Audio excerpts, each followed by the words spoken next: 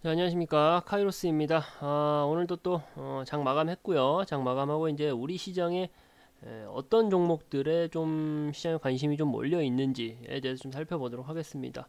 이 시간이 굉장히 중요해요. 제가 몇 번이고 강조해 드렸지만 이 시간이 굉장히 중요하다라는 말씀을 드리고 싶습니다.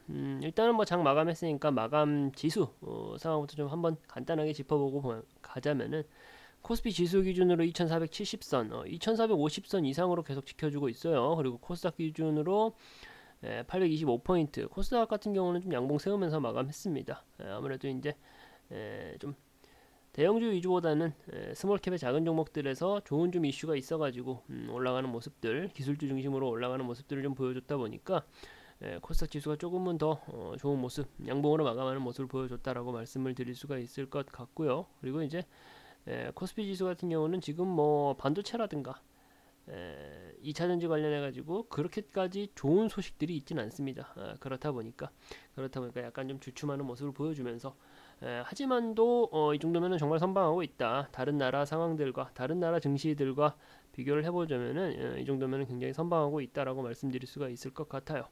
그리고 이제 우리가 이제 또 주목해서 봐야 될 부분은 외인의 수급이 어떻게 계속적으로 들어와주고 있다. 셀 코리아, 어떤 말이죠?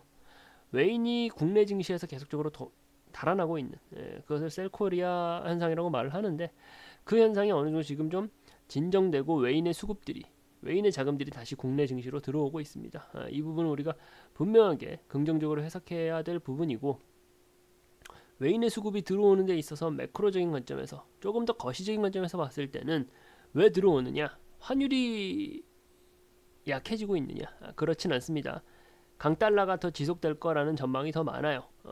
강달러가 지속될 거라는 전망이 많은데도 불구하고 왜 외인의 수급이 들어오냐? 그만큼 국내 증시의 지금 가격적인 메리트가 상당히 높다라고 저는 해석을 하고 싶습니다. 이 말은 또 다르게 생각한다면은, 이제는 바닥을 다졌고 조금은 올라갈 수 있는 여건이 좀 형성되었다. 가격적인 메리트가 형성이 되었다라고 말씀드릴 수가 있을 것 같고, 여기에 더해서 제가 매크로적인 관점에서 봤을 때 좋지 않다라고 했어요. 그러한 매크로적인 관점, 거시적인 관점에서 조금 더 증시에 대해서 좋은 재료가 나온다라고 하면은, 그때부터는 우리가 기대한, 우리가 좀 바라고 있는 지속적인 성장이 가능한 게 지금 우리 증시의 상황이다라고 좀 말씀을 드리고 싶습니다. 자, 그러면은 오늘 시장에서 시장의 참여자들은 어떤 종목들에 관심이 있었는지 하나씩 한번 좀 살펴보도록 할게요. 먼저 대한항공 5%, 5%나 상승하는 좀 모습을 보여줬죠. 왜 이런 모습을 보여줬을까요? 5%나 상승하는 모습. 대한항공 같은 경우는 사실상 이번 주 월요일부터 해가지고 지난 3거래일 동안 그렇게 두드러진 특징을 나타냈던 종목은 아닙니다. 다만 이제 2분기에 실적 발표 시점에서 오늘 대한항공이 실적 발표를 했거든요. 실적 발표 결과가 괜찮게 호실적이 나오면서 지금 이제 상승 마감하는 모습을 보여줬었는데, 항공 같은 경우도 이제 사실은 뭐 리오프닝 관련해 가지고 앞으로 뜰 것이다. 그렇게 했을 때 가장 탑픽 종목으로 들어가는 게 우리 대한민국이라는 종목이었는데, 오늘 그 좋은 실적이라는 재료와 함께 올라가는 모습을 보여줬습니다. 사실상 이제 뭐 대한항공 같은 경우도 지금 뭐 간단하게 차트만 보셔도 아시겠지만 지금 이제 가격적인 메리트가 상당히 있던 차였거든요. 지속적으로 저가를 형성하고 있다가, 지금 뭐 단기적인 관점에서 봤을 때 대략 한 29,000원 라인까지는 충분하게 어렵지 않게 열려 있다라고 볼 수가 있을 것 같고요. 지금 기보유하고 계신 분들 같은 경우는 저는 조금 더 기다려보라라고 좀 말씀을 드리고 싶습니다. 그런 좀 조언을 드리고 싶고요. 그리고 이제 뭐 항상 말씀드리는 거지만, 뭐 내일 대한항공 매수해도 될까요?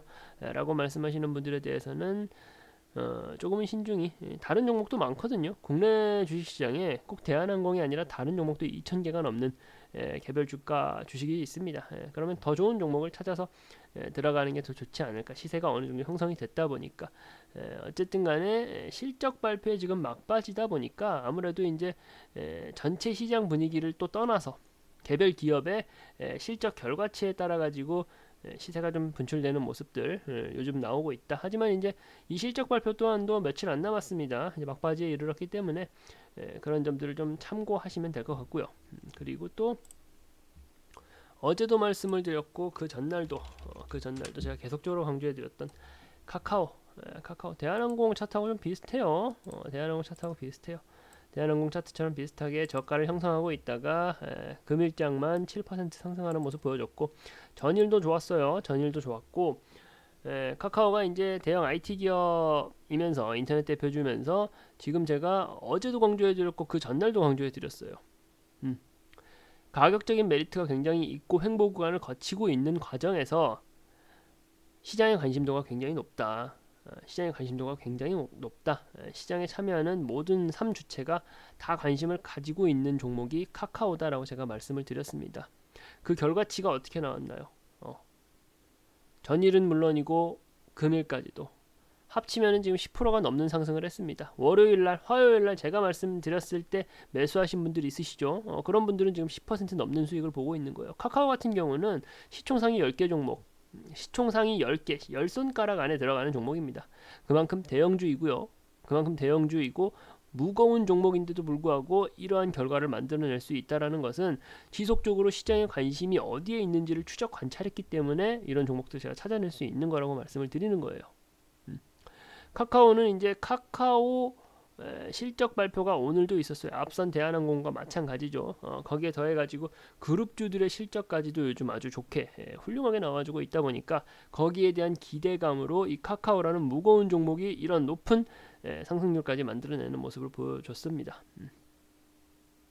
앞에서 제가 설명드렸던 대한항공하고는 약간은 좀 결이 달라요. 그렇죠.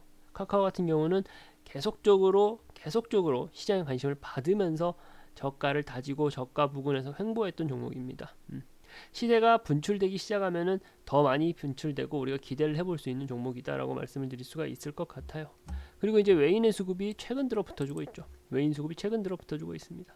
기관 수급도 좋고요. 이 뭐 수급 너무 좋아요. 수급 너무 좋은데 카카오 같은 경우는 그럼 어디까지 봐도 될까요? 물론 지금 10%, 15% 이상의 상승이 나타났습니다.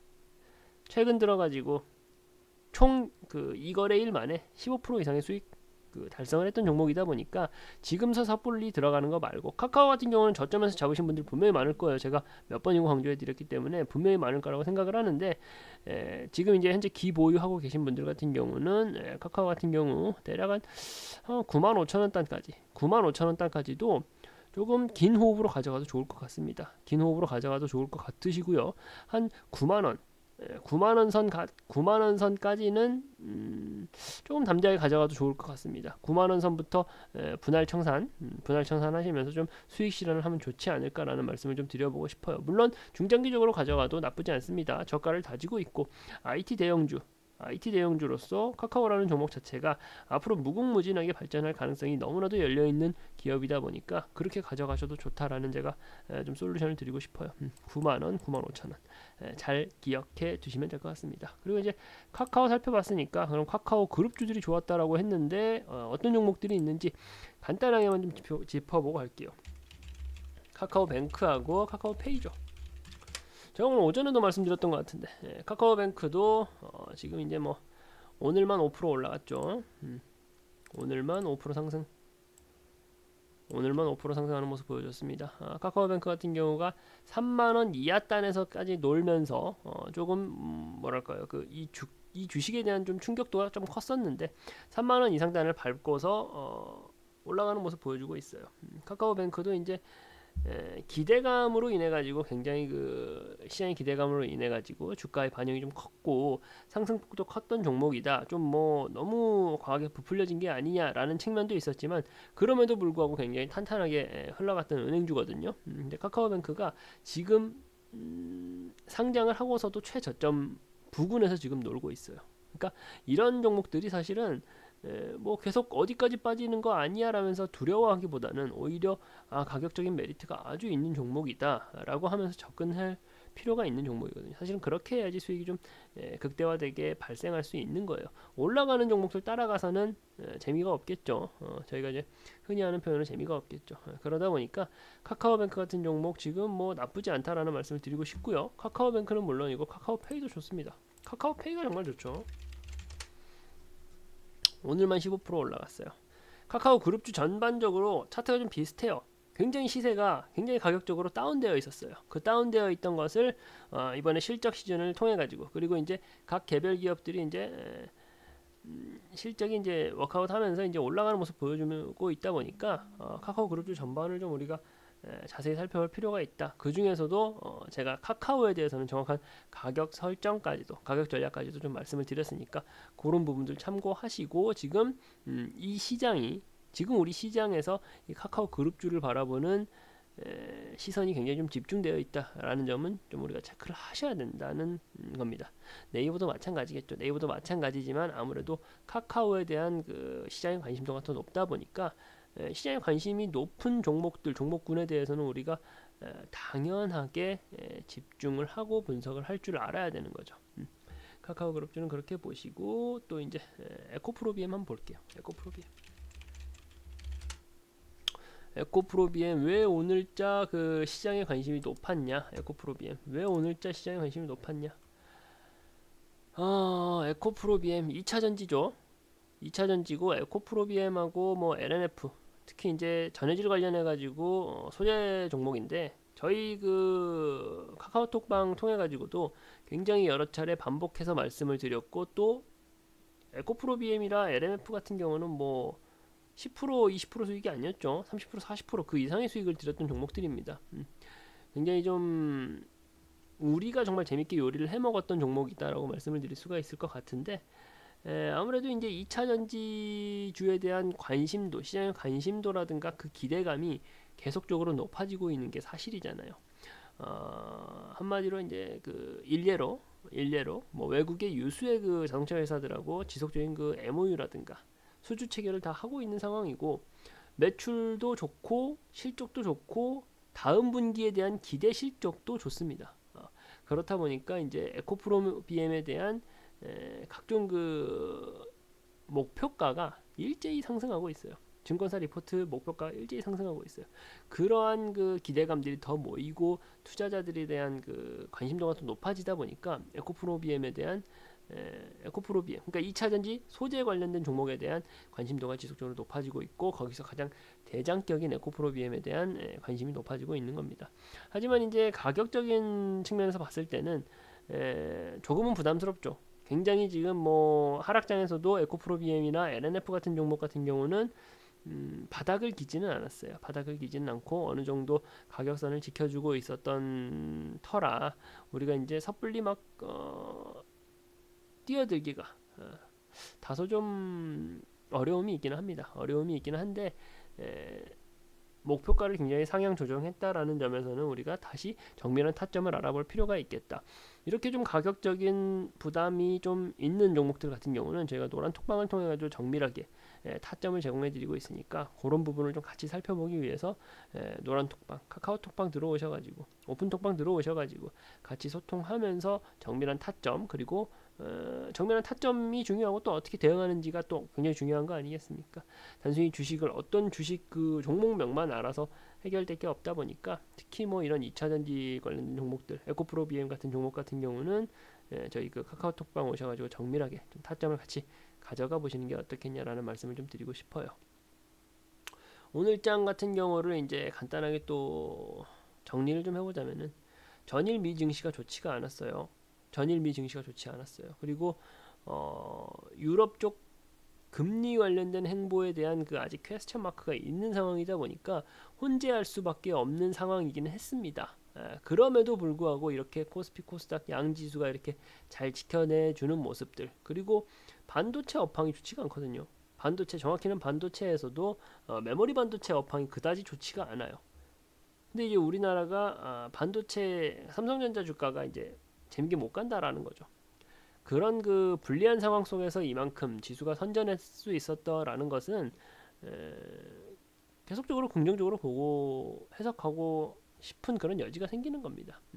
그렇다 보니까 우리 시장 뭐 분명 쉬운 시장은 아닙니다만, 약간의 우리가 이제는 좀 희망을 품고서 시장을 좀 바라봐도 될 것 같습니다. 이런 시점에서 우리가 더 집중적으로, 우리가 좀 더 정밀하고 좀 적절한 그 매매를 해야 될 시점이라고 생각을 하는데, 지켜보시죠. 분명 좋은 결과 있을 거고요. 단순히 지켜보는 게 아니라 저희 프로핏사단과 같이 시장을 좀 바라봐 보시는, 그러면서 투자의 아이디어를 많이 받아 가시는 그런 여러분들이 되셨으면 좋겠습니다. 네, 일단은 뭐 오늘 장 마감 브리핑은 이렇게 마치도록 하겠습니다. 네.